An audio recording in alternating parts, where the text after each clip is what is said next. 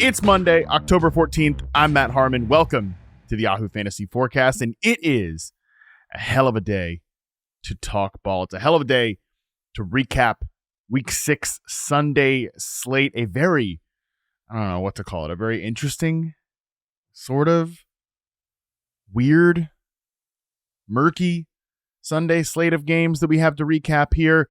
As you all know, the dear listeners of this podcast, on the Sunday recap show, we start with the solo recap of Sunday Night Football before Andy Behrens and I dive into the rest of that Sunday slate. And man, Sunday Night Football tonight, this is the exact reason why I am glad that only one of us between Andy and I has to be punished by staying up late to recap this game. I'm glad Andy is somewhere in the Chicago area getting his beauty sleep in, so he doesn't have to talk about Bengals 17, Giants 7. Weird game in this one. Some not so great offensive performances in what looked like it could have been a sneaky shootout, a sneaky kind of like big fantasy game. In this one, we did not get that at all. We got a murky offensive performance at best here from both teams. I'll start with the Bengals side of things. You know, this was definitely one of those games where Joe Burrow's taking a lot of punishment, even though the Giants they don't have Kayvon Thibodeau anymore. He's definitely their third best player on that defensive line. Brian Burns has been stepping up lately. Dexter Lawrence is a total problem.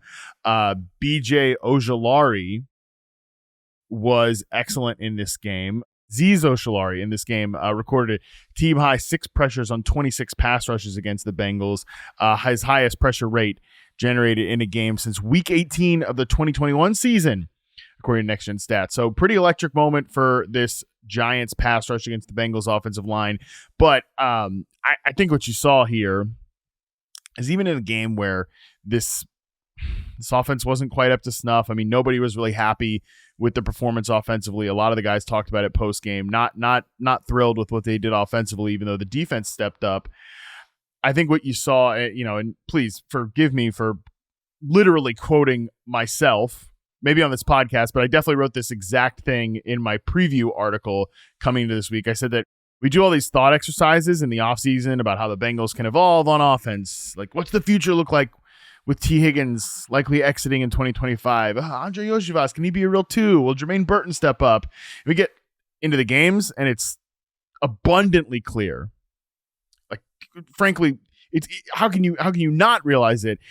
That the offense is so much better, and like the entire operation just doesn't have a prayer unless Joe Burrow is out there throwing haymakers to his 2-star receivers on the perimeter.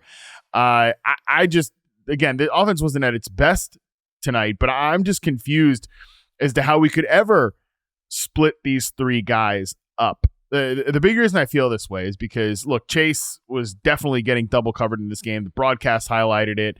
I think it was pretty obvious to see. And, the Bengals have done a lot of work to make that harder to do than usual, because Chase is playing all 3 receiver positions. This is something I've talked about a lot. The conversation I had with Jamar Chase way back in February at the Super Bowl about how he is dying to play more slot receiver. He wants to play more positions. He was trying to earn the coaching staff's trust. We had this conversation about that.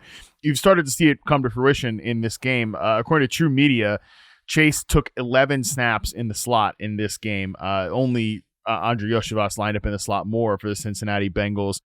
And still, even with that, the Giants did a pretty decent job covering Chase, giving him extra defensive attention. He only gets 6 targets in this game, 72 yards. But that leaves T. Higgins with a lot of one-on-ones. Deonte Banks, per Next Gen Stats, covered him on 87% of his routes. Shadow covered him in these one-on-one situations. And T. Higgins just got the best of him. He caught all 5 of his targets for 54 yards. Against Banks, a lot of those were critical underneath catches. Man, it's so hard for me to imagine what this offense looks like without T. Higgins, who at this point, now that he's healthy, you see what a difference maker is. He is, whether he's like a true elite number 1 in another situation, who cares? In this situation, he's one of the best number 2 receivers in the NFL. He's definitely a guy you're playing every single week in fantasy, and he's probably going to go down as a pretty big draft steal now that he's healthy. 7 catches, 77 yards in this game. Elsewhere in the Bengals offense, Chase Brown rips off that long touchdown run at the end here, which really masks what otherwise was kind of an inefficient ground game from the Cincinnati Bengals. But, Zach Moss, I was kind of surprised he played in this game, but only averaged 2.2 yards per carry, lost a fumble. It does look like Chase Brown just straight up gives them more pop in the run game and will continue to get the ball more. Let's go to the Giants side of things here. Yeah, man, Daniel Jones is such a weird quarterback. I know he's not a good quarterback, right? But I don't know, man. And I've thought about Daniel Jones probably too much than I need to. Because, as we're having these conversations, especially in the dynasty space, wasting our time having these conversations about, it's Malik Neighbors, why, how come he's getting it done, with the Giants offense, and Garrett Wilson never did that. These other guys we've made excuses for. Malik Neighbors doesn't need excuses. It's well, Daniel Jones is better than Zach Wilson. Leaps and bounds better than Zach Wilson. Zach Wilson could never in his life dream of having a game that Daniel Jones just had last week against the Seahawks. Doesn't happen. But he's still not a good quarterback, right? And you saw that in this game against a really bad Bengals defense that did play its ass off. I think just especially up front, really, and Lou Anarumo was really high on the fact he's getting these defensive linemen back. That was going to help him just run the entire operation better. You did kind of see that in this game.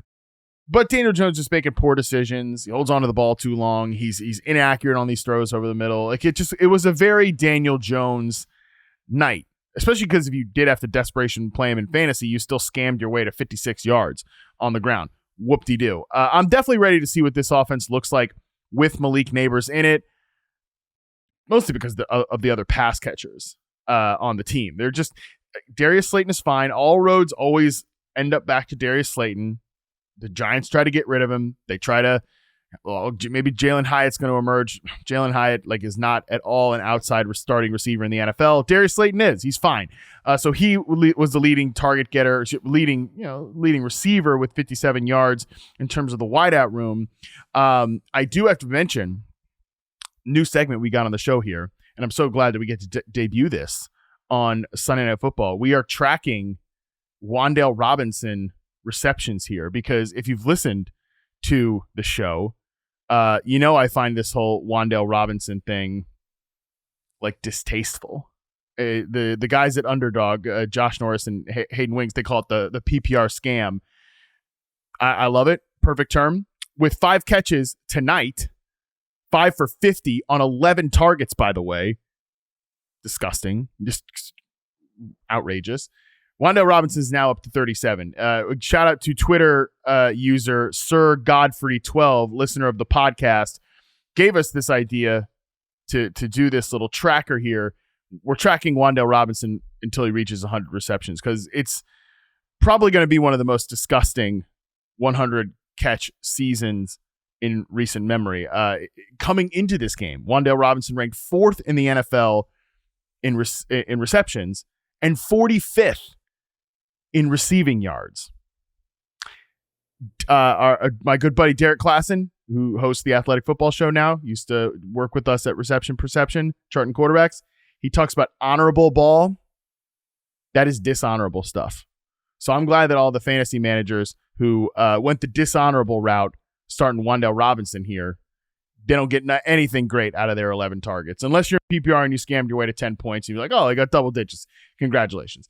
I'm ready to see Malik Neighbors back in this offense and put all these other guys back in complementary roles because they're a little too far stretched. Last note, though, guy I am encouraged. I will end on a positive note here on this recap. Tyron Tracy.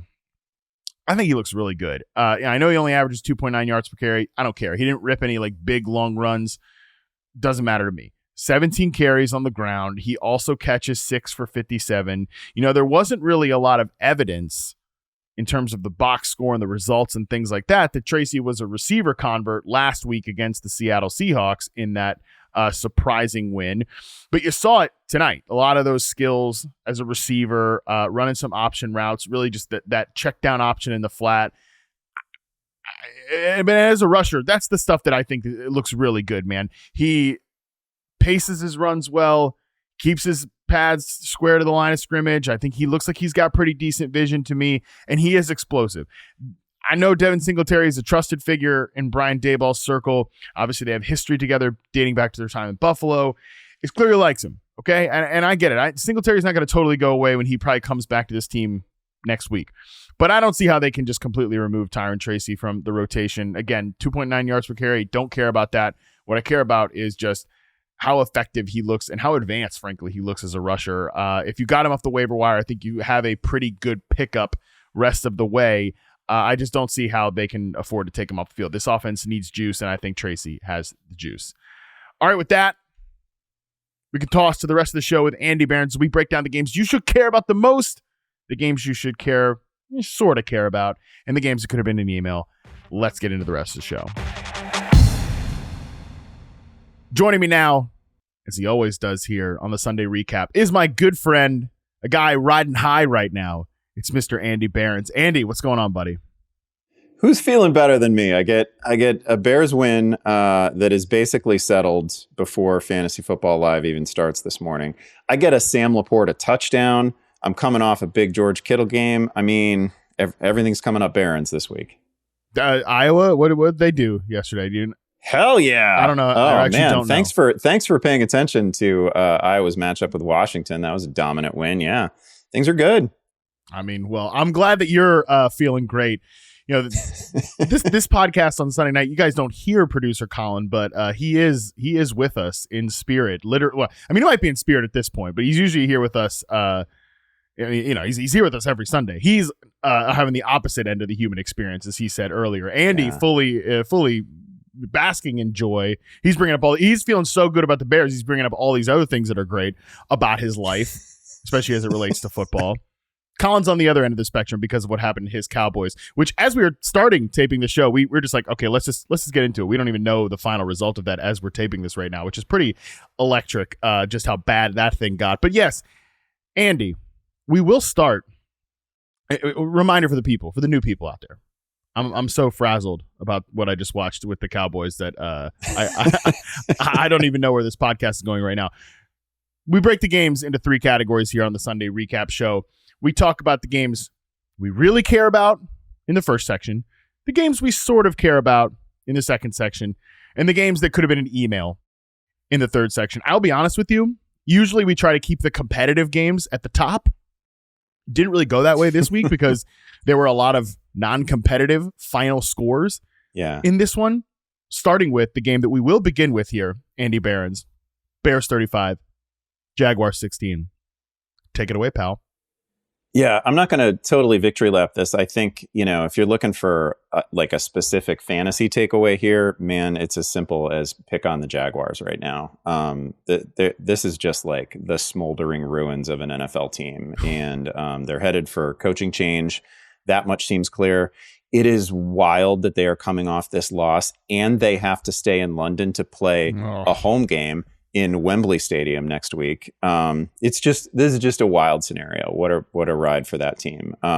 They entered the week as the most generous pass defense in the league, just in terms of total passing yards allowed. And Caleb goes off for 4 touchdowns. Everything looked pretty easy. Even the one takeaway, I think it's the first interception that Jacksonville's had this year. The one interception that they get was just a bad ball from Caleb that should have been a touchdown. Literally should have been his 5th touchdown. He could have had a 6th touchdown later in the game. Like they left some points on the table.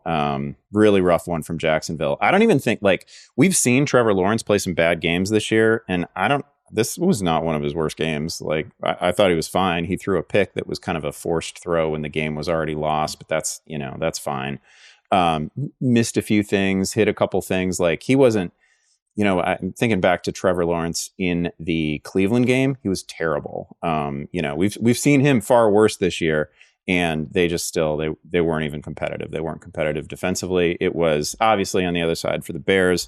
This is 2 straight games in easier matchups. Obviously, you had Carolina, now you get Jacksonville, and but they smoked them, which is what you want your team to do. I mean, it doesn't, does it tell you everything about them? No, but man, you could feel really good as a Bears fan about what we just got from Caleb. It's a little weird and a little concerning to me that he hasn't. And again, I think this is something that's going to come in time, because I I didn't view it as a real problem when he came into the league, but man, deep throws outside the numbers are not working for Caleb, but everything else was hitting today.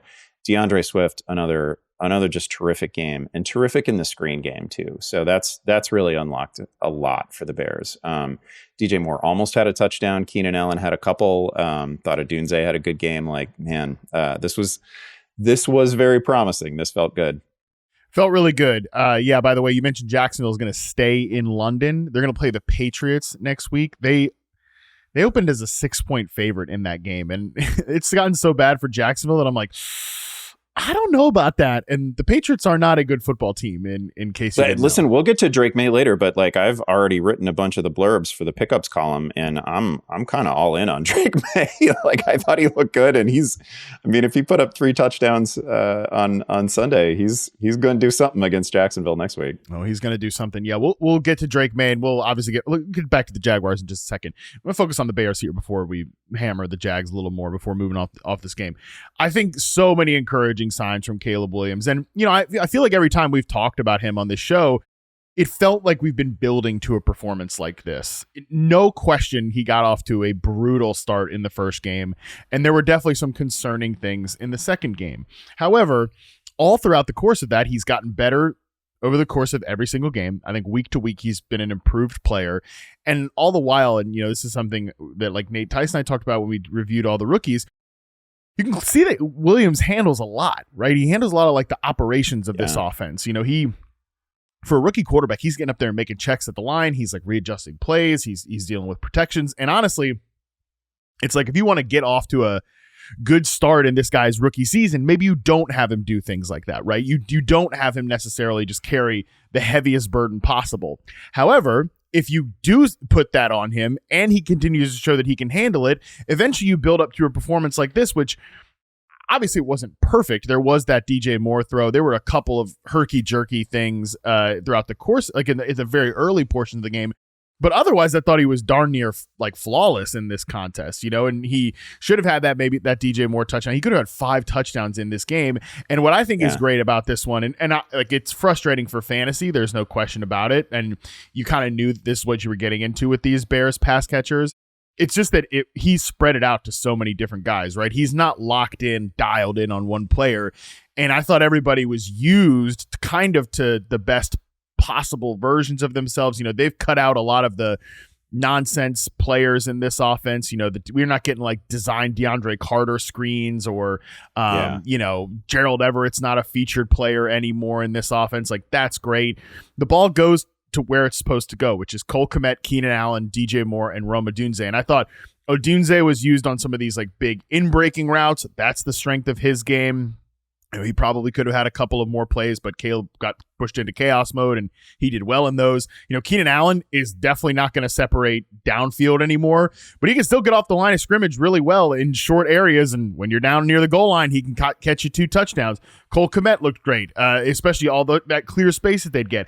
I love that DJ Moore was kind of moving around the formation, so it really felt like the perfect sort of encapsulation of what we expected these Bears pass catchers to be from a role perspective, and Williams was really there from a results perspective, and I think a process standpoint as well.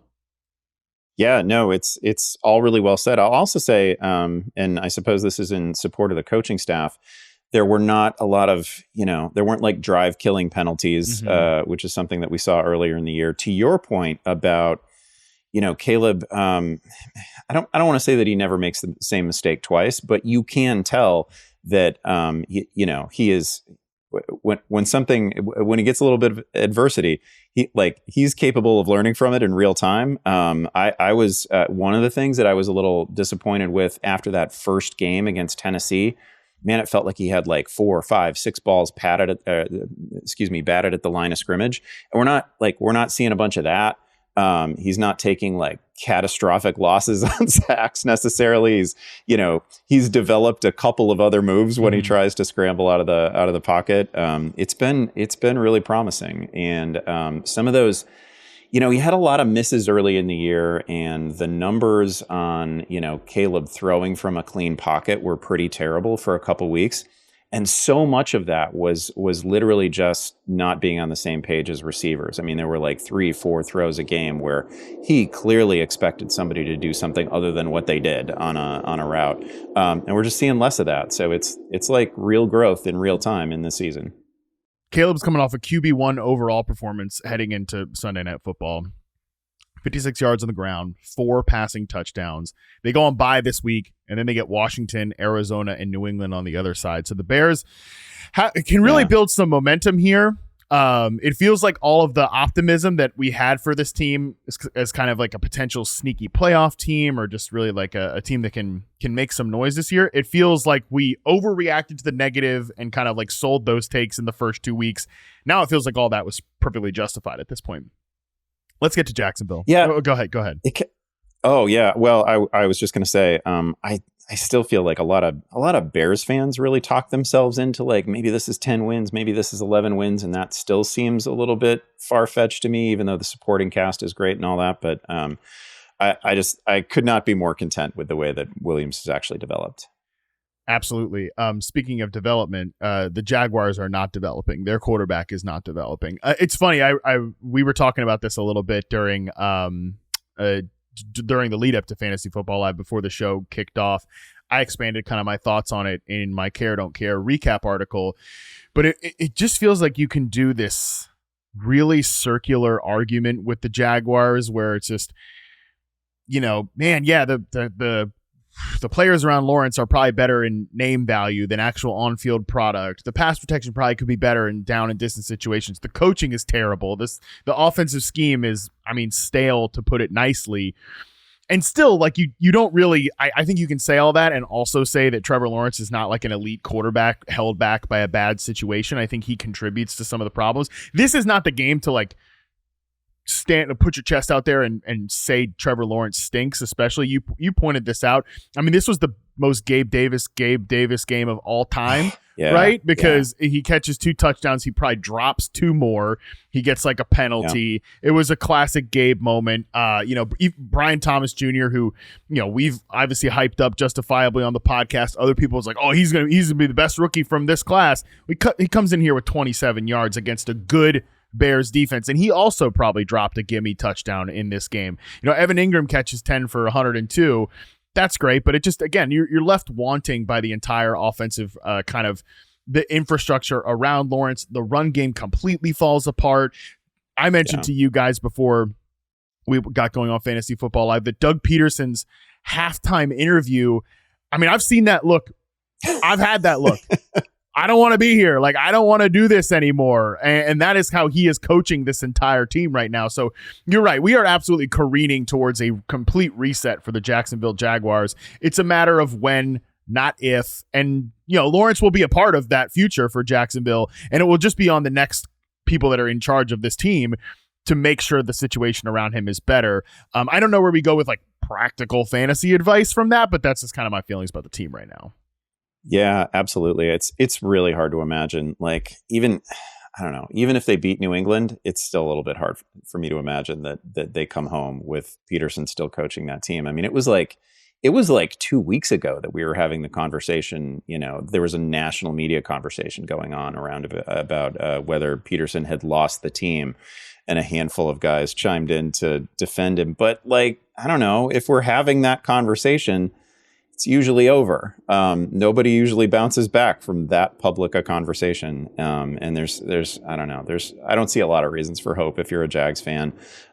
Sorry. Like I'm still a believer in Lawrence's ability, but I think he also needs to be surrounded by playmakers in order to, I don't see Trevor Lawrence at this point. Even though he's still a fairly young quarterback, it's not like he's, fully formed necessarily, but man, he's not the, climb on my back and I'll get you a win kind of quarterback right now. That's just not happening.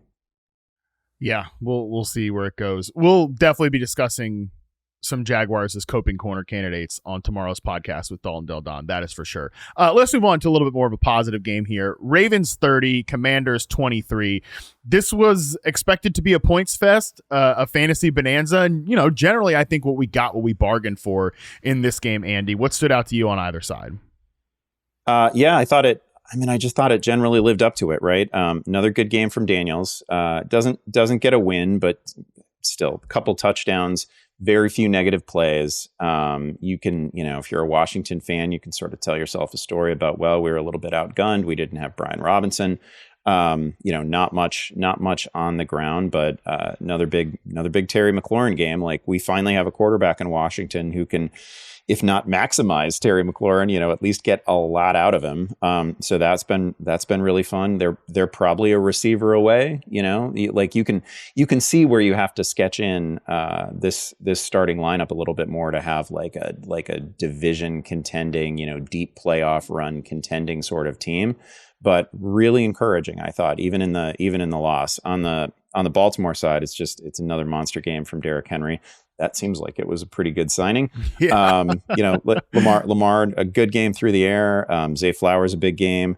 Mark Andrews found the end zone, which felt a little bit miraculous. Mark Andrews also had a ball hit him in both hands that became an interception that was a little bit on him. So I'm not going to say it was the cleanest Mark Andrews game, but certainly an encouraging sign that he actually scored.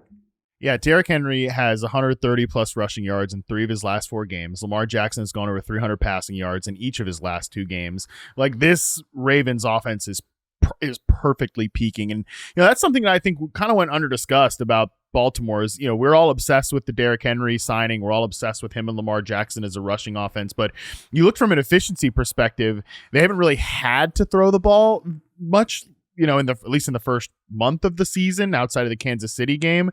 But from an efficiency perspective, they were a top 5 passing offense coming into this matchup with Washington. And look, they've faced bad secondaries in each of the last 2 weeks, right? Cincinnati is a mess. Washington is obviously a mess as a pass defense as well. But good teams go out and smash good matchups. That's what the Baltimore Ravens passing game has done over the last 2 weeks. I think quietly the offensive line, which seemed like it was going to be a concern all offseason, sure looked like a concern in week 1. That unit has quietly gelled. Ronnie Stanley, I'm not saying he's back to like all pro, one of the best left tackles in the league, Ronnie Stanley, but I'm saying he's getting pretty close to that after, being a guy that like rotated on and off the field. Roger Rosengarten, the rookie right tackle, has given them some pretty good play at that position. So they're still obliterating in the run game with Derrick Henry, but like, we're also now getting Zay Flowers the ball downfield, not just like the Mickey Mouse screen stuff. That's resulted in him going over 100 yards in back-to-back games. Rashad Bateman has been a plus contributor pretty much all season, but especially like it's shown up in the box score the last 2 weeks. I'm really, really high on where this Ravens offense is right now. Like, and again, it'll be tough to predict going week to week in fantasy. Like, are they going to just ground and pound here? Or are they going to throw the ball? But like, shoot, week 7 against the Bucs, like, I think they can throw the ball on the Tampa Bay Buccaneers defense. So I'm pretty excited about where this passing game is right now. That's going to be an awesome game. I can't wait to talk about that. Like, we could I don't know, probably record the preview podcast on that right now. Really looking forward to it. Yeah, all that's right. And they just had like a lot of summer injuries on the offensive line too, right? It wasn't some of that was just health and availability. That looks good. Like, Likely didn't do anything much. It didn't do much of anything today, but he had some opportunities. I think it's still going to swing back and forth between Andrews and Likely a little bit, mostly because I just think Likely is a pretty dynamic player. Loved everything we saw from Zay Flowers today. He was great early. They're a machine. I feel a little embarrassed that like a month ago we were talking about how they probably needed to win sooner or later, and now here they are 4-2. Yeah, one of my favorite, just back on the Commanders real quick. Of course, like one of my favorite storylines of the whole year is that Terry McLaurin is finally getting unleashed and finally has the quarterback play that he deserves.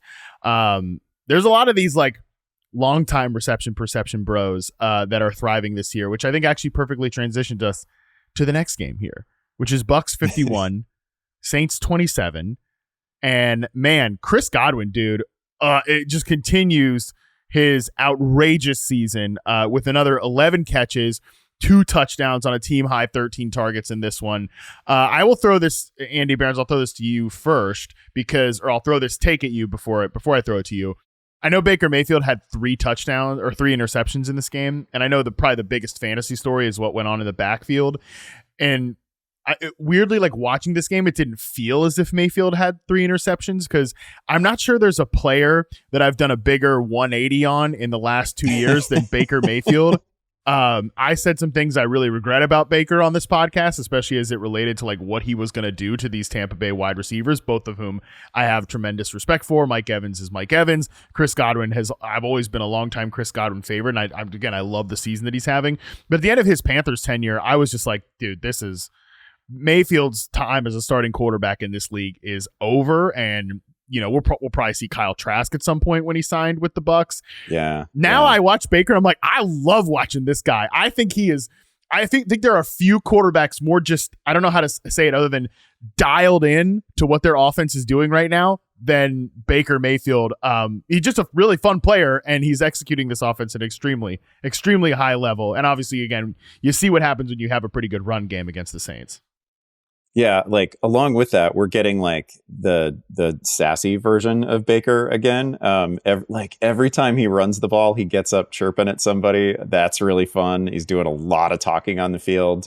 He tried to throw a block deep downfield for I think it was Bucky. It was either Bucky Irving or Sean Tucker. Yeah, it was Bucky Irving. And I was like, I mean, it wasn't an effective block or anything, but I mean, you got to give him points for trying. Yeah, absolutely. Really fun game from him.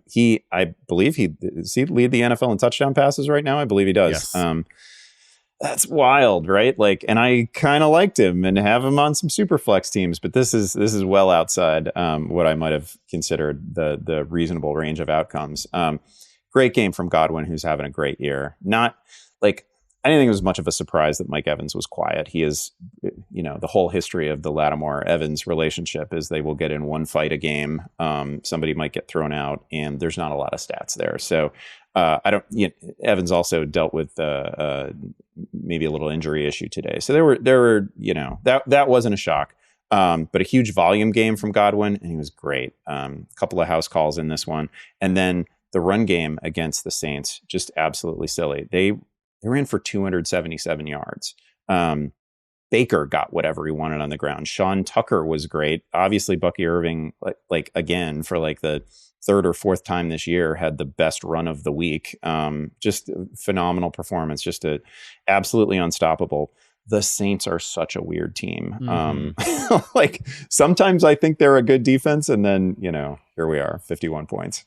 I was going to say, that was going to be my whole point about the run game. Well, certainly in Baker's performance overall, this is definitely a good pass defense.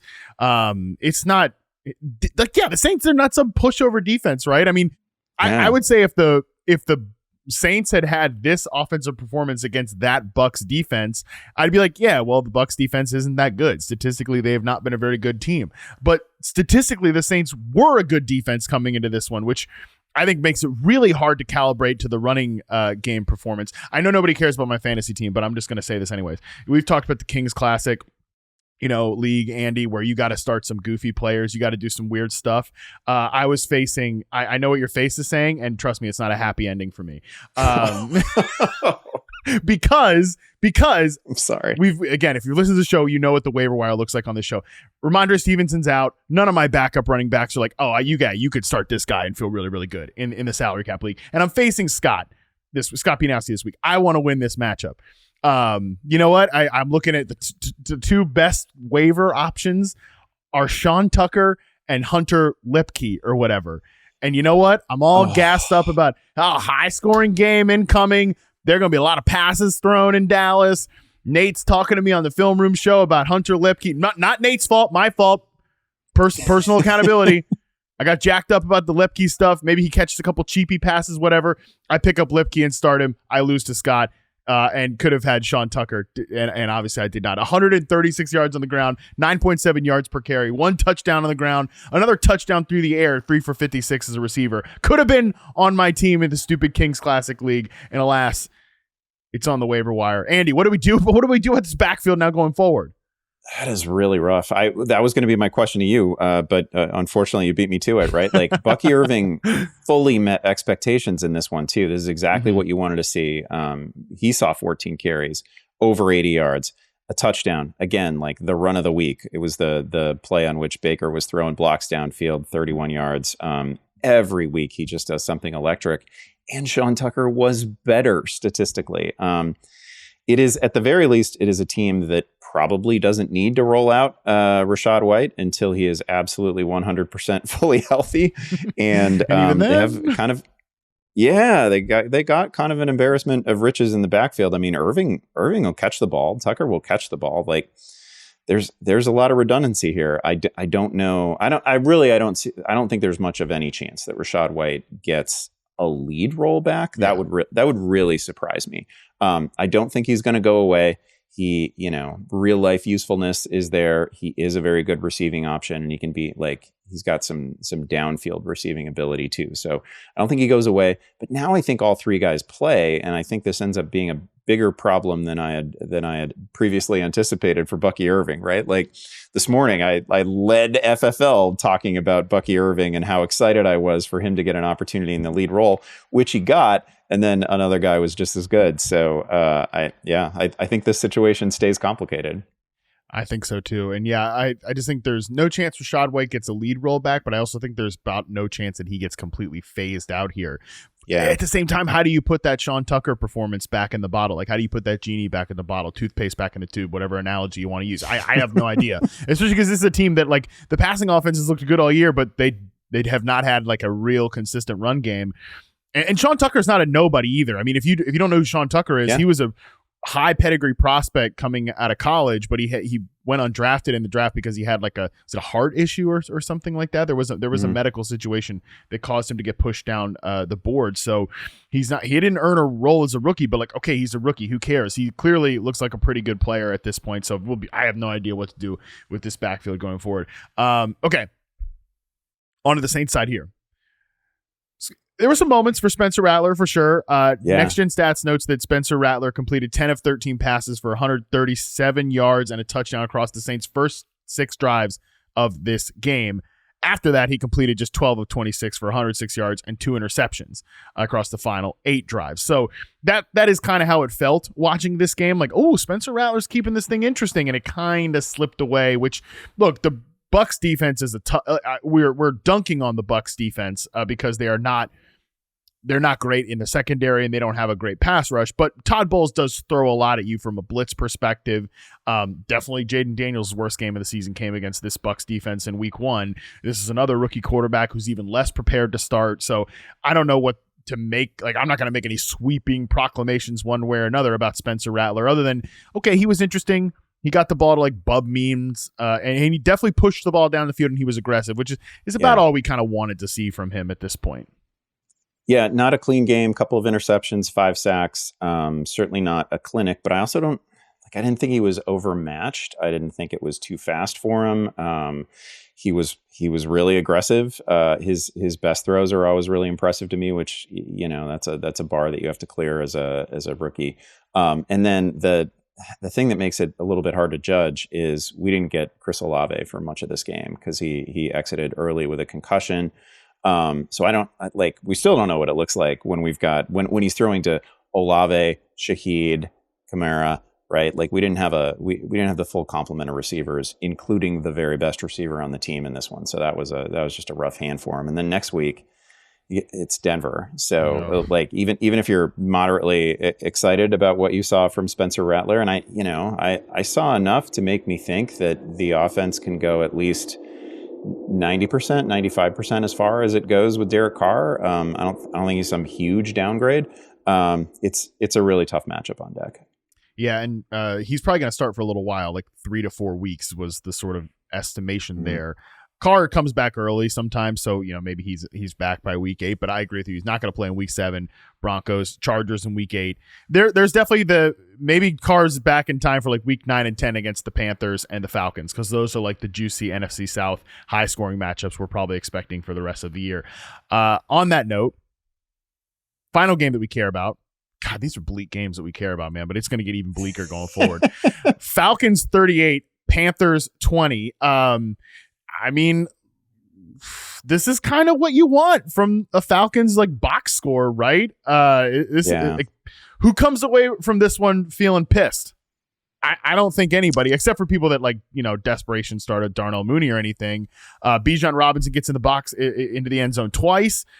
Drake London has over 70 yards and a touchdown. Kyle Pitts has 70 yards, which 52 of it came on one play, but shoot, Yeah. you're no complaining if you have Kyle Pitts and he gets you 70 yards, right? So I think this offense continues to stack performances, continues to look better.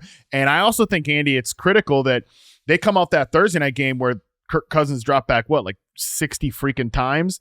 And instead in this game, they put the ball, and a lot of it is, they're ahead in the fourth quarter, things like that. But they put the ball in Tyler Allgeier's hands 18 times. They put the ball in Bijan Robinson's hands 15 times as a rusher, and great results kind of followed. Yeah, and with the caveat that it was the Panthers defense, of course. This is just what you want to see, right? Like it was a 1-score game in the second half until it wasn't, and Atlanta was able to just completely put it away with just battering ram running from Allgeier and Robinson. And man, they were both great. They combined for 200 rushing yards. Allgeier is really good, and I feel like we've arrived at a point where even though almost every time I watch Bijan Robinson play, he's got a play or two where you're just like, oh man, that guy might be the best running back in the league. Like he's really exciting, and then Allgeier's good. Yeah, right. And he's good in a very different way. They're very complementary. Like Allgeier, just in terms of making good decisions, pile moving, gets yards after while he's in the process of being tackled a lot of the time. Just a good player that you can punish a defense with. And this is the way, you need to salt away wins. I thought that was really impressive.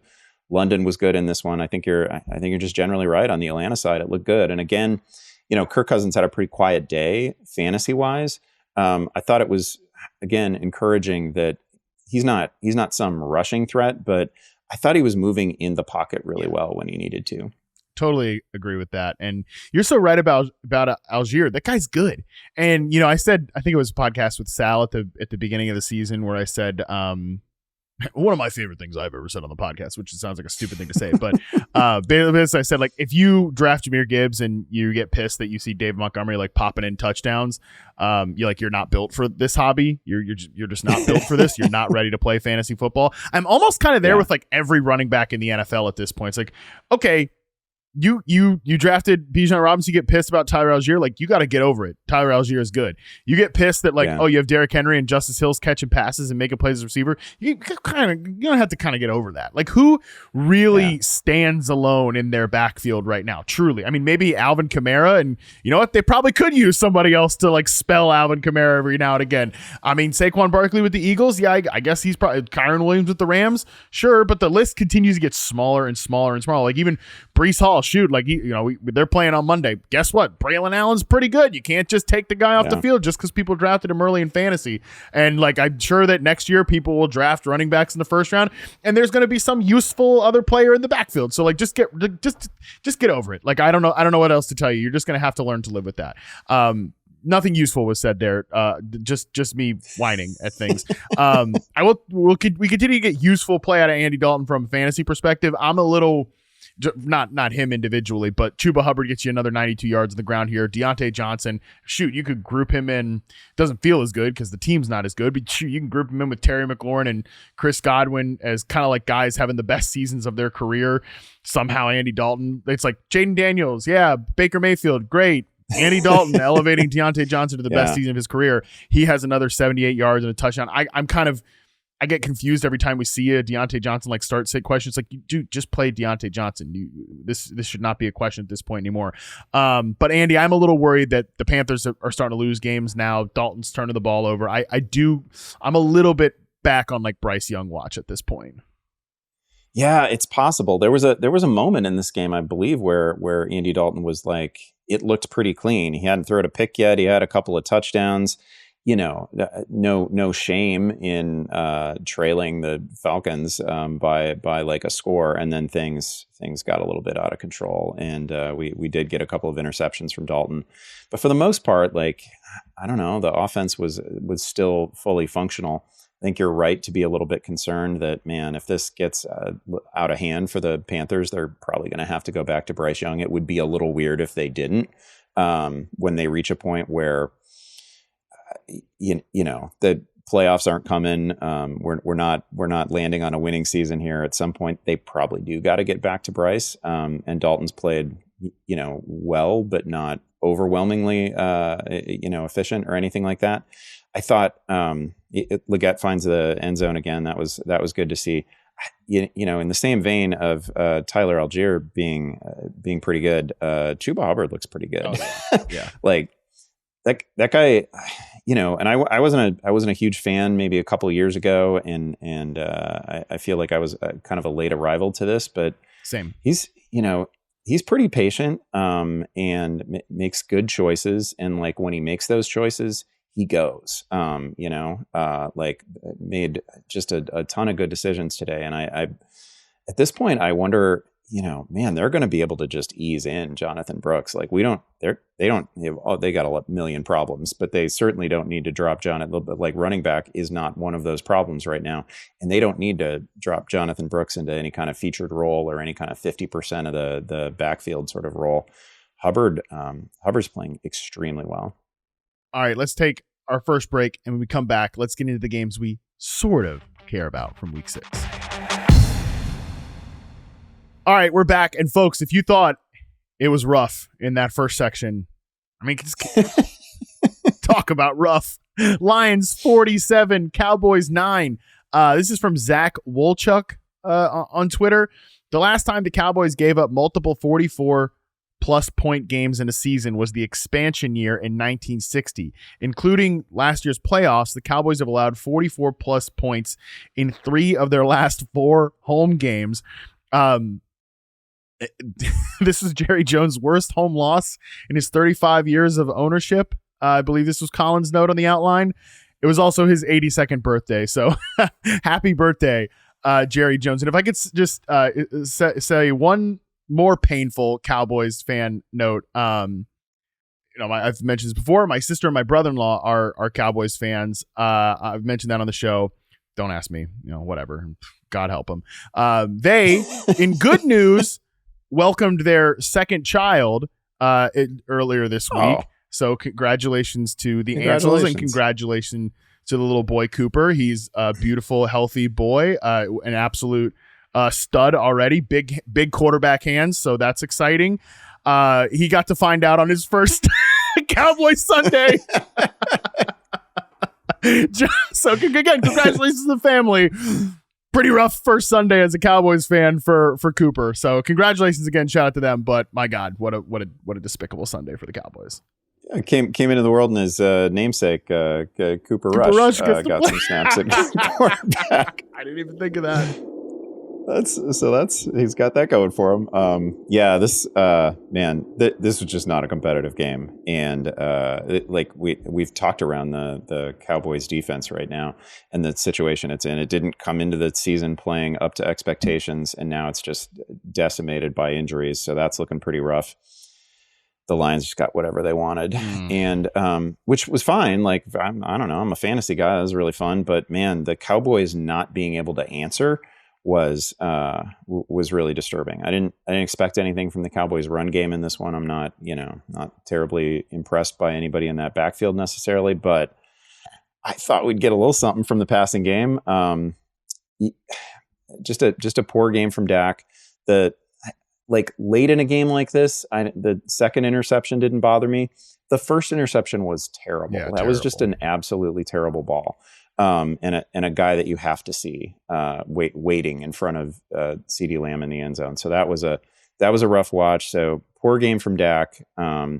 CeeDee kind of got home in the box score, right? 7 catches, 89 yards. That's fine. Nobody else did a thing that we need to care about. I am definitely not going to twist the knife on producer Colin here, because man, I survived the Jay Cutler years and I came through the Trubisky years, right? Like I know what it is to sit through a game that is utterly non-competitive against a team, not in this case, not in the division necessarily, but somebody that you got to get through in order to actually make a postseason run, to win a division, something like that. And man, there's not even close to where the Lions are right now. No, not even close. And man, it just feels so like all the things that could be problems for the Cowboys going, at least on offense going to the year, kind of are problems. They don't have a second pick, like a true, like Jalen Tolbert's a fine player. Jake Ferguson's a good tight end, but they have no running game. They have no true like secondary difference maker beyond CeeDee Lamb. This is like the worst kind of matchup for them too, with a team that just plays a ton of man coverage and can get after you. Can rush the passer. Like, it's hard to say watching the broadcast, but it didn't feel like Dak had any easy throws, easy open throws. He sure as hell did not have a lot of time back there either. And he's been weirdly good for 2-ish mistakes a game, that he's almost in like that Trevor Lawrence zone where I think Dak's a better quarterback than Trevor Lawrence, but generally, but he's in that Trevor Lawrence zone where it's like nothing is really going right around him, but also he's sort of contributing to the problems too. That's a tough spot to be in, because you kind of need him to be perfect in this offense. Yeah. And especially with these players around him. Not ideal. I don't think we learned anything new about the Cowboys from a fantasy perspective, other than if you were really counting on Rico Dowdle to be like a set it and forget it starter after what he did. I don't know. He might be taking over the backfield in normal games, but in a game like this, it's just you're kind of banged. Lions side of things here. Yeah, the Cowboys defense stinks. They did exactly what we expected to do. They ran the hell out of the ball, but they continue to get big plays in the passing game. Your boy Sam Laporta gets back on the map with the 52-yard touchdown. Finally. Fine, I can feel the exhale over there from you. And Jameson Williams, man, it's just like it's pretty sick that like almost every game we just get one or two plays where it's like, man, that's crazy that this offense was already so good, and they just drop like a guy who can really talk about make a difference for them on a couple of plays. They just like drop that guy in there. He has 76 yards and a touchdown in this game. And had a touchdown wiped out by penalty too. Great game from him, making it look kind of easy right now. Dave Montgomery was great. Just got paid. Just got extended a little bit. He was fantastic. They were clicking. Obviously, the big news on the Lions side was the injury to Aiden Hutchinson, which is not going to be good news. It was a pretty gruesome injury. Schefter said that he underwent immediate surgery at a Dallas area hospital for what the team is now calling a broken tibia. It was brutal. Yeah, had that look. I couldn't. We were talking before the podcast. I couldn't see what it was the first time, so I watched it a second time, and then I saw it, and it's terrible. So man, but best wishes to him on a smooth recovery, because that was, I don't know. Anytime you see like every player on the field surrounding a guy like that is a rough scene. So that is the biggest worry coming out of that game for Detroit. But my goodness, that is a Death Star offense. And again, some of it is you're facing a kind of lifeless defense that is missing its best players, and so they were bound to score. But man, they got whatever they wanted. All right, let's move on to Texans 41, Patriots 21. I actually want to start on the Patriots side of things first, Andy, because I know you felt pretty optimistic about Drake May coming out of the start. You mentioned it earlier. I kind of shared those opinions as well. Yeah, man, his first touchdown pass was one of the prettiest throws of the day. Beautiful deep ball, a lot of air under it. That was great. We know he ran for, I think it was 32 yards in this one. We know he's got more rushing upside than that. He is a pretty dynamic runner, dual threat guy. And then he just kept coming. This was not, they were outgunned. They were not going to beat, the Texans on a day that the Texans put up 41 points. And it wasn't perfect for May either. He threw a couple of interceptions. One was a bad ball. The other was a batted pass that got popped up in the air and somebody came down with it. Sacked a few times. So it wasn't perfect, but man, his receiving core is not perfect either. And he made, I don't know, I thought he made the most of it. I thought he looked like a guy who can fully take advantage of a matchup with the Jaguars next week. Right. Which for fantasy purposes is what we care about. And I would feel, you just lost by 20. But if I'm a Patriots fan, I'm feeling pretty good about my young quarterback. And I feel like Drake May is kind of a rising tide for the offense. So I couldn't agree with you more. I couldn't care less that the Patriots lose this game. I really couldn't care less that he has 3 turnovers. Moving to Drake May is not a move to save the season or something like that. It's not. Yeah. It's not as if now all their problems will be fixed. We know they're a deeply, deeply flawed team. But man, he gives them some pop. You know, his touchdown was the one touchdown to Kayshon Boutte was like 51.7 completed air yards. It was a heater of a throw, or air distance. So like truly as the crow flies, like it was a heater of a pass. He led the team in rushing with 36 yards, but he led the team in rushing. Immediately you could see that, okay, he is an athleticism advantage, which is obviously going to be the case. The Jaguars play all that man coverage next week. I don't know what Drake May's rushing yard prop is going to be set at. It was like 25.5 this week, which was just pathetically low, but I'm pretty much ready to take the over on that next week in London as well. Nothing better than starting your game off, or starting your Sunday off early morning with a pathetic prop on Drake May's rushing yards, but that'll probably be me. But yeah, you know, I made my feelings on this pretty clear on the podcast this week. People seemed like, oh, Drake May was going to die in this game, or man, this is going to ruin him forever because they're starting him against the Texans. Yeah, like Will Anderson had 3 sacks. Danielle Hunter had another sack. Whoop-de-doo. Like the guy made it out of here, and he looks like he can make some plays. I don't understand this narrative of like why he should not be playing right now. He looked he looked like a rookie quarterback, made a lot of mistakes, but he also moved the offense a little bit. So I do think Drake May in like bye weeks and superflex leagues is going to be a fantasy starter just because of that rushing ability. And yeah, I mean, Demario Douglas is the guy that gets going here. Kayshon Boutte gets a touchdown. Hunter Henry gets in the end zone. I mean, we didn't see a lot of that during the Jacoby Brissett era, so at least that's mildly interesting. Oh yeah, go ahead. I was just going to say this is, I think 3 of the last 4 games, Demario Douglas has 9 targets. So there's a lot of volume here. Again, you got a super user friendly defense coming up too. So that's a guy who probably needs to get rostered in a lot more leagues. Agree. I think even if like Polk is the rookie, and I know he pops in some metrics, I think they're playing him out of position. I think he's not an X receiver. They're playing him at X receiver. Not a good mix there. He doesn't look comfortable at that position. I don't think he'll ever be like fully optimized as an X receiver. So they need that guy. Like I think if they have an X emerge, and I know Kayshon Boutte has 3 for 59 and a touch here. I don't think he is that guy. So we'll see. That could at least be better days ahead for him. He only has 1 for 4. But for now, yeah, Douglas is absolutely the best receiver on that roster. On the Texans side of things here, pretty good to have Joe Mixon. Like the Texans have had 2 games where they've run the ball really well. Week 1 and then week 6. and then there was 4 pretty much disgusting games in the middle. Tell me what happened to week 1 and week 6. Those are the games that Joe Mixon started and finished. I don't think those are a coincidence.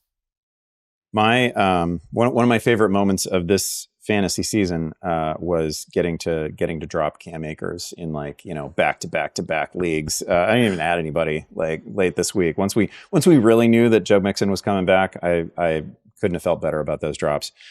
Mixon looked awesome.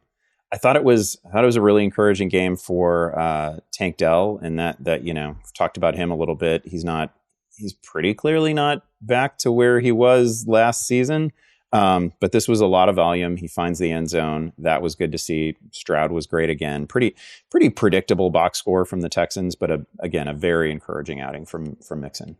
Yeah, Tank Dell gets you 7 for 57 and a touchdown here on a team high 9 targets. Dalton Schultz has 8. Steph Diggs has 7 targets. He looks great in this game. I think he's still clearly their best receiver without Nico Collins. Yeah, I had a couple people, because I posted the video about my analysis on Tank Dell and how I don't think he looks, I think he pretty clearly doesn't look the same as he did last year. Had a couple of like goofballs chirping at me after Tank Dell scores a red zone touch. I'm like, you really couldn't possibly be asking to be taken seriously if you're chirping about that afterwards. Because yeah, I mean, I think you watch the game. Tank Dell's like clearly not back, but he's still a really good receiver, and he has higher to climb. I'm very optimistic that Tank will be back and ready to rock at some point. But just seeing him get 9 targets and score a touchdown, he's a fantasy starter now going forward. People should know that that's not like an insult to say that he's not where he was last year. Go back and watch him last year. He was really fun. That guy was explosive. That guy was like a yards after catch machine, big play machine. It's not insulting to say that after a significant injury, you're not quite that guy just yet. I think he can get back there. And this was an encouraging sign. Speaking of encouraging too, Dameon Pierce, 8 carries, 76 yards and a touchdown. I know that's inflated by his 1 long touchdown run, but he also hasn't played since week 1. Pretty clearly the second running back there. So yeah, if anything ever happens to Mixon again, I think Pierce will be the beneficiary. Let's stay in the AFC South and go with Colts 20, Titans 17. I know this game is closer than some of the other ones we've talked about in this section, but I don't know, Andy. Did you learn anything from Colts and Titans in this one? Man, congrats to this game for making it into this section and not the email section of the of the show. I know it was close. I didn't see a lot to love in this game. I think Levis is still. Yeah. I think he's still pretty glitchy.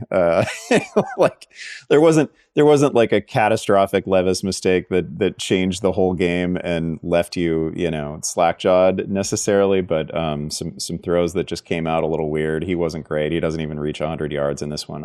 Tony Pollard's really good. I think Tony Pollard's playing very well, and it's going to get kind of overlooked in the context of this season.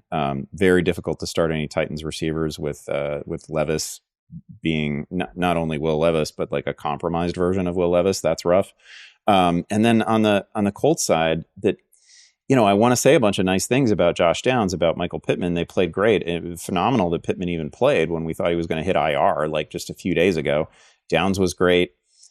I don't know exactly what this looks like when Anthony Richardson is back. Hopefully, and Anthony Richardson has to come back for this team. He's gonna start. Flacco's fine, but he wasn't flawless today either. Right. Like he's not playing perfect football, and he's sort of end stage Joe Flacco. So we're not gonna keep rolling that guy out there in place of someone that we think is a building block for the franchise. So Richardson is going to play again. I just hope we can get this version of like Josh Downs and Pittman along with Richardson when he's starting.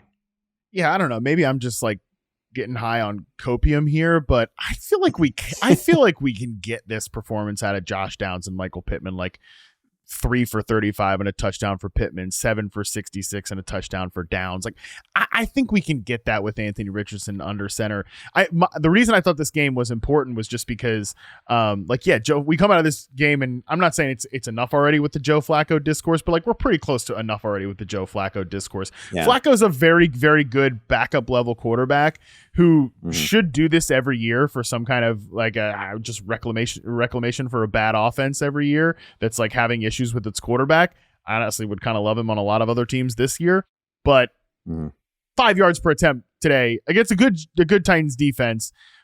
I don't know that we're adding that much by having Joe Flacco in the mix here. So we will get Anthony Richardson when he's healthy. There's no chance of that. On the other side, Calvin Ridley, 8 targets, 0 catches, and he was pissed about it after the game. He had a profanity laden, and he apologized. Like, I'm sorry for cursing, but he was so frustrated talking to reporters after the game. But that's kind of the way it is in the Titans offense right now. You're right, Andy. You should have petitioned this game to be an email. I don't really know. I don't have anything else to say about it unless you do. Nope. I think Ridley is a plausible drop right now. Not his fault necessarily, but I think that's where we're at. Yeah.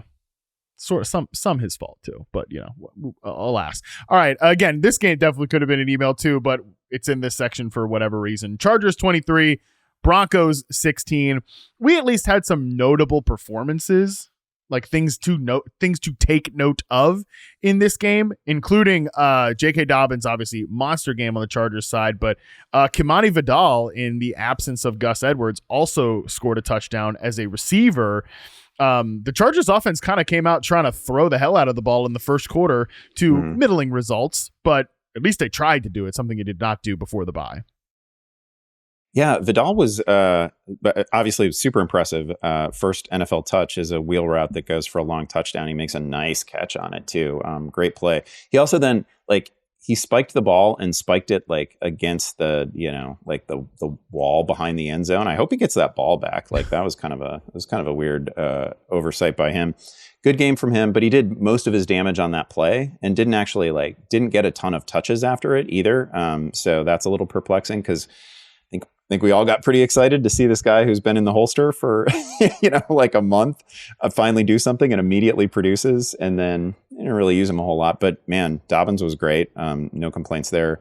25 attempts, nearly 100 yards, scores a touchdown. He was really good.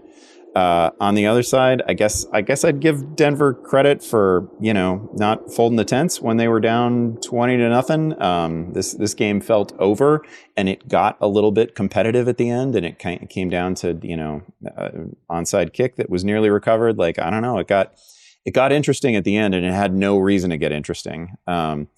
Bo Nix is kind of a wild ride. But man, Bo Nix taunting a defender when he was down 20 after a nice first down run was he's a little salty. He's a little spicy. He's kind of fun. He is definitely a little spicy, that's for sure. Ladd McConkey, if you're frustrated about the final line here, 8 targets, 4 catches, 40-something yards. He left the game twice. Once got tested for a concussion, had another injury as well. I would not be like quick to drop him or anything like that. I think he is a definite like hold the faith type of player. All right, on that note, let's take a break, and then we'll toss to our final section, the games that could have been email here in week 6. All right, Andy, we're back. First game that could have been an email. Steelers 32, Raiders 15. I mean, the Raiders, I don't even know what to say about the Raiders at this point. And the Steelers, it's a pretty interesting performance from your guy, Justin Fields here. 2 touchdowns as a runner. That honestly, like, those have been the best plays for the Steelers offense of late, is like Justin Fields just running the ball around the goal line. Yeah, not a competitive game at all. The Raiders not a particularly competitive team in this version. Aiden O'Connell throwing to DJ Turner and, but like Bowers was good. I don't want to, Bowers had like 9 catches in this game and is in for exactly this line going forward. If this is what we're going to get from the Raiders offense, right? It was 9 catches, 71 yards. He draws 10 targets. He's going to do that every week and finish as a top 3 fantasy tight end this year. He's probably going to lead the position in catches, yards, because man, if they actually do trade Devontae Adams, and I realize that seems a little bit up in the air right now, this is just a bare cupboard. There's just not a lot here. Alexander Mattison gave you the game that you probably should have expected. Really inefficient. Scored 1 touchdown, had another one called back by penalty. But I mean, this team's going to commit a lot of penalties. They're going to have some negated plays. That's just not a fun team to watch right now. I do not envy Fitz being trapped in a season of watching this version of the Raiders.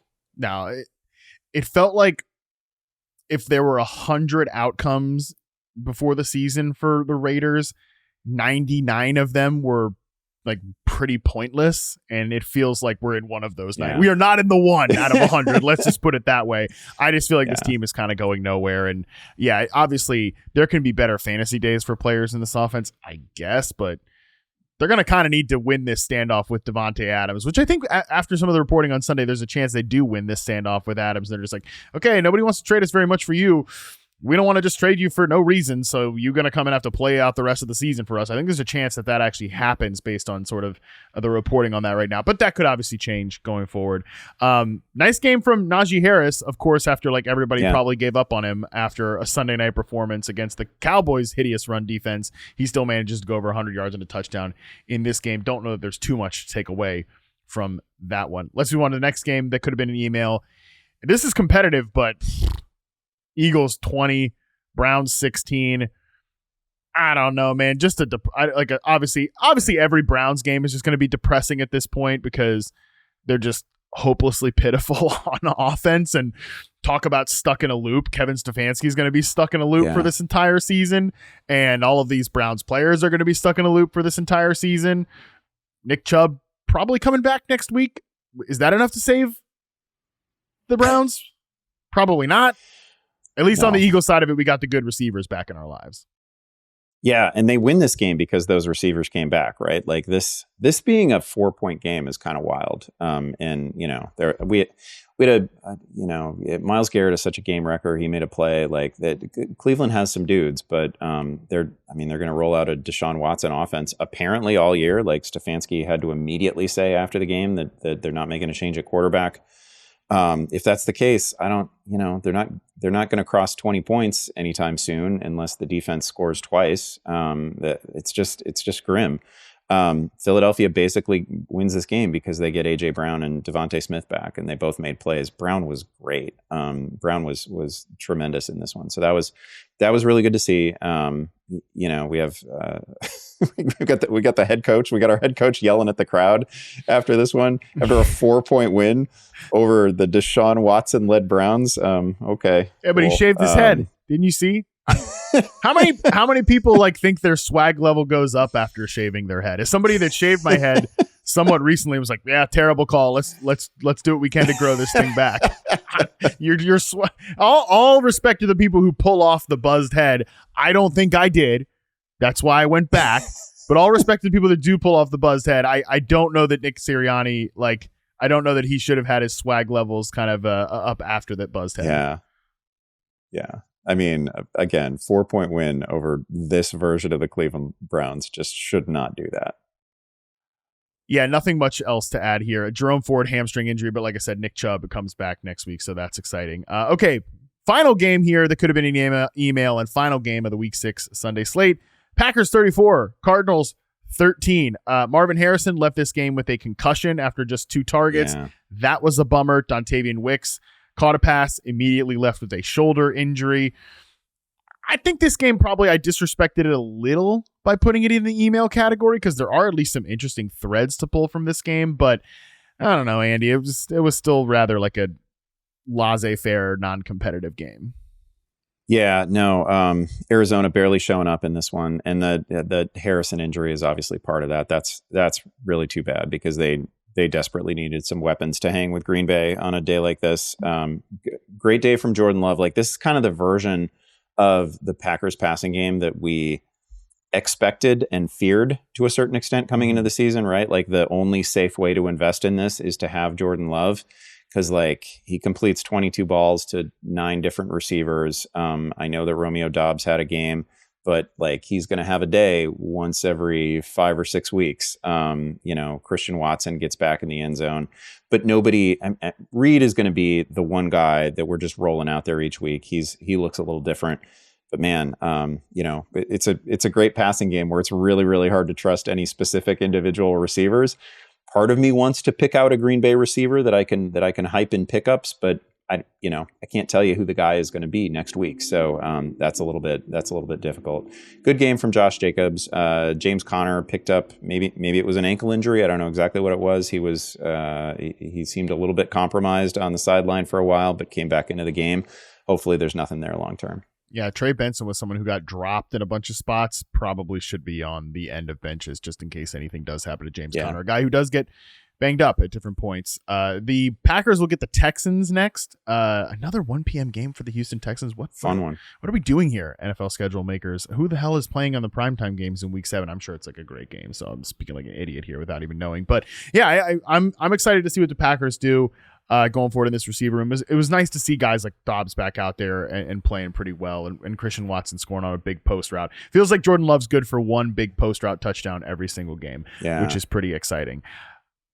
Andy, any awards to give out this week? Vulture of the Week, Unsung Hero, WTF of the Week?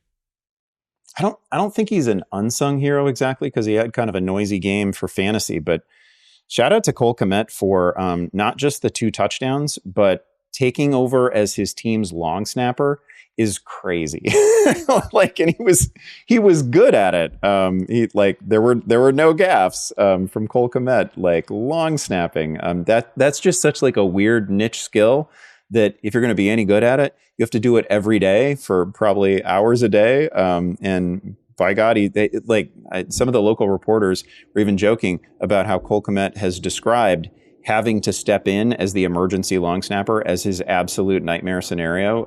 And he did it flawlessly, and he did it on a day that he found the end zone a couple times. So he was already a hero, but I think he gets some unsung hero recognition here too. Absolutely. I would also say that Sean Tucker probably can be the vulture of the week, because if you were like a Bucky Irving bro and you had to like, man, no Rashad White, let's go, he's going to get this backfield all to himself, and Sean Tucker kind of just balled for the entire game. He wasn't just like, oh, I'm here in cleanup duty or anything like that. Like, no, he was involved with the entire proceeding. He was definitely there. I feel like Gabe Davis could be the WTF of the week just because of the performance that he had. And like, there's a lot of awards we could give out just on that London game in the very early hours of Sunday morning. But I think, Andy, that is going to do it. It was a weird week 6, man. A lot of like just very weird, bizarre performances and non-competitive games. Yeah, absolutely. Again, really, really sorry, producer Colin. He's actually kind of an unsung hero for soldiering on and actually producing this podcast after his Cowboys were treated the way they were. Yeah, shout out to producer Colin, who sent some very funny, unhinged texts to us as we were preparing for the podcast here today. I will not read them off because it's best to keep those things in private. That is going to do it for us on this show. Tomorrow, Dalton Del Don joins me for the post Week 6 panic meter. Please send in your panic to fantasymailbag@yahoosports.com. Again, was disappointed with the email submissions last week, so I'd like you all to bring it this week. And I'm sure there are things that you are panicked about. I'm a little panicked about things, but I'm going to try to remain calm, collected. We do have to address the coping corner. I mean, my God, like the amount of players that are in the coping corner that scored touchdowns this last week. We will definitely have a discussion about the stupid coping corner. Excellent. Yes, let's do all that tomorrow. Until then, we're out.